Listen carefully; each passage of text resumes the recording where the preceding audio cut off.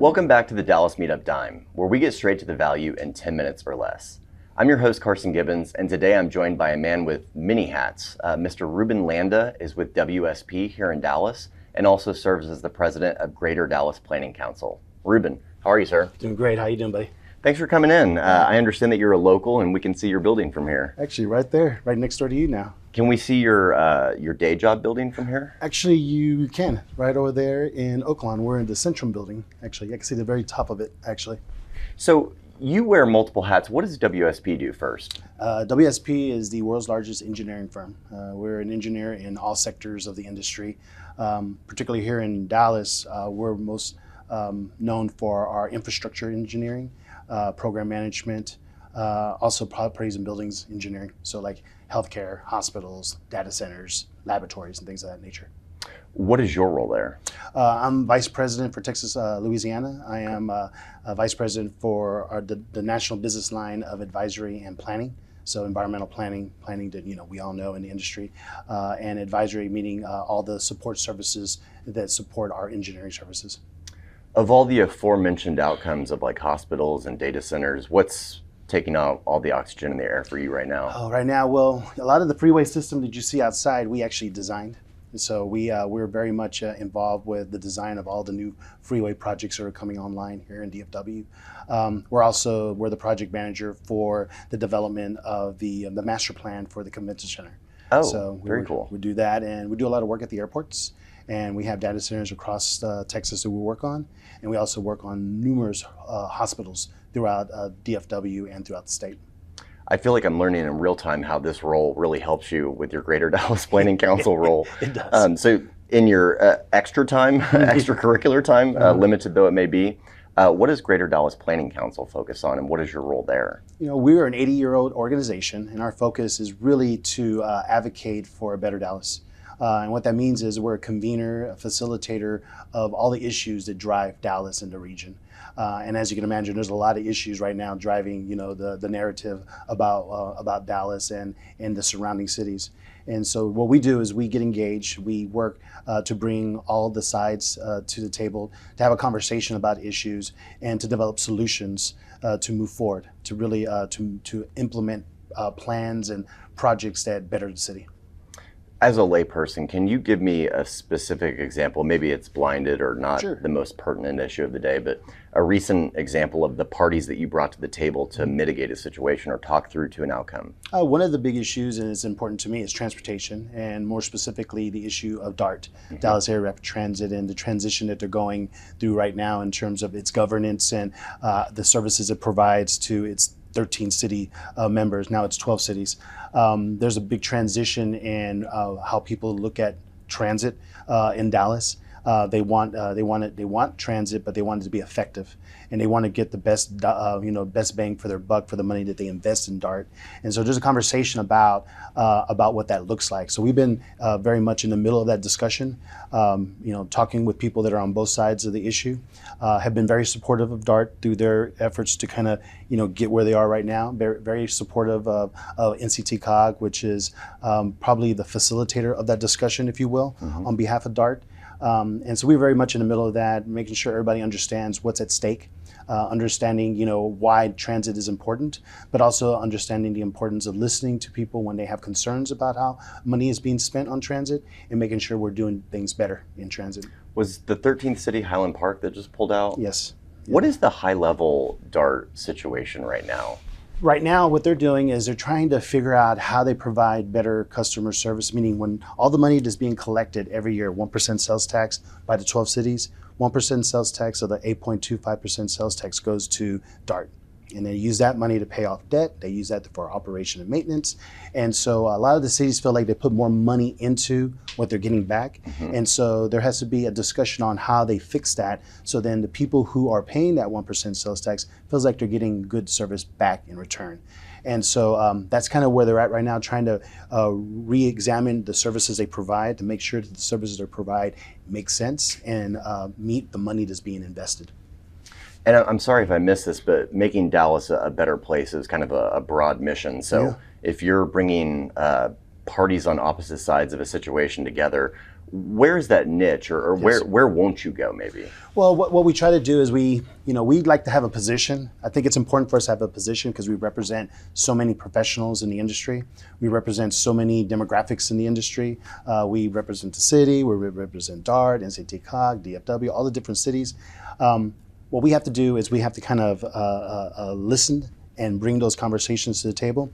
And from that discussion, we might actually come up with a position that'll actually move the issue to success. Oh, interesting. And so we don't do it right at the very beginning, because we do that, then it looks a little self-centered. We want to listen.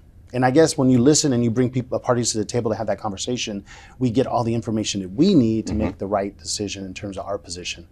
But authoring a point of view is a big responsibility. Like, that's a big king-making situation. And how many POVs would you author in a year on different? We do several op-eds, and we do several position papers on a slew of issues. And I'll give you one example is housing. So we're partnered with the Communities Foundation of Texas, the Dallas Housing Coalition, CPAL, Habitat for Humanity, and Bush Institute to develop a housing reform, if you will, public policy that's going to be presented to City Council. And so what we're doing right now is our responsibility in this alliance, which is called House DTX. Our responsibility is to develop the public policy. We're going to bring that public policy to our alliance members, and we're going to vet it, and we're going to make sure that we're filling any gaps that might be missing, and then we're going to take that to the community, and we're going to get their input to see what they think, and really kind of formulate the right set of policies to present to City Council, so then they have something to work with to move forward with. Because right now they've got a lot on their plate, and housing is not a priority, but housing is a priority to us. So in the back end, we'll get it all figured out, and so when the time is right, we will present those policies to City Council so they can take it and run with it. It seems like you guys are just a helpful net new addition to the fray. Like, here's helpful data and insights from all the conversations that we've been having from a balanced, measured perspective. Yes. It's fascinating. I don't want to use the term competitor, but are there any other lookalike organizations that fill that void like you guys do, of bringing all the parties and factions together in such a cohesive way? Well, GDPC is kind of like a catch-all organization, so Yeah. we deal with all issues. So that's what makes us very unique. And it makes us unique because we can have conversations about all these issues and really not have a position from the get-go. But other organizations that are, I wouldn't call them competition, or they're more like peer organizations, they really specifically focus on an area. Like TREC is real estate and developers, and then you have contractor associations that are very specific to construction, and some that are very specific to engineering. And so they have their niche, and they're very focused on what's best for that. For us, we have to look big picture on everything. And so that's the reason why it's so important for us to have a very diverse board, which we do. Our board is made up of individuals from developers, engineers, architects, planners, city administrators, elected officials, you name it. We have all of them a part of the board, so we get this very, very diverse perspective about what's best for Dallas, and that really helps us kind of get us out there and in position in the right way. Both GDPC and Dallas Meetup being industry agnostic then. Talk about having a lot of political figures come out of GDPC historically. Like, hasn't it birthed a lot of mayors and civic leaders? It has. If you look at the freeway system, Woodall Rogers, Stemmons, Carpenter, those are former mayors of the city, which were former presidents of the GDPC. Really? The GDPC historically was a launching pad for public office for city and county. And it was like that for decades. And in that role, they also were the leading partner, if you will, planning organization, that represented, the community and represented the elected officials and whatnot. So it was a really great opportunity for us to talk about issues at a very high level.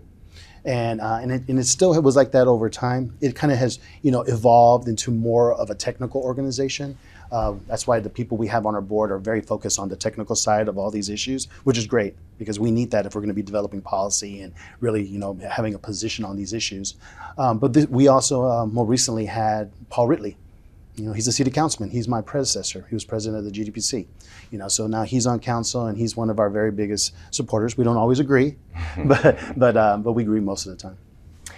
Knowing what you know about our kind of industry agnostic following, just tens of thousands of laptop class practitioners across DFW, how can we most pragmatically help in the here and now? Like, what is your North Star? How can we help here in 2026? We have the mechanisms in place at the GDPC for people to come in and get involved.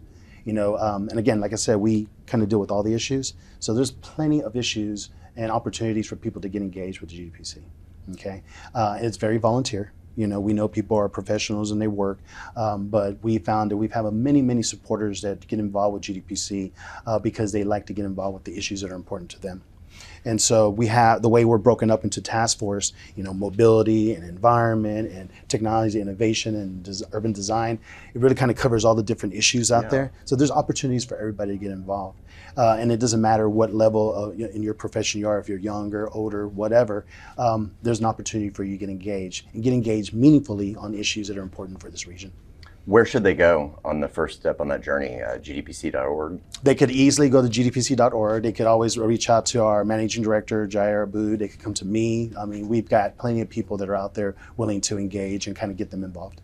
Beautiful. Well, we appreciate your partnership. It means a lot. Greater Dallas Planning Council coming aboard as one of Dallas Meetup's first community partners, and we will be platforming Jair at the next Dallas Meetup at Texas Live August 13th. Focusing on nonprofit. We hope that Ruben will also be in attendance. But Ruben, thank you so much for your time. Thank you for this time. I really appreciate that.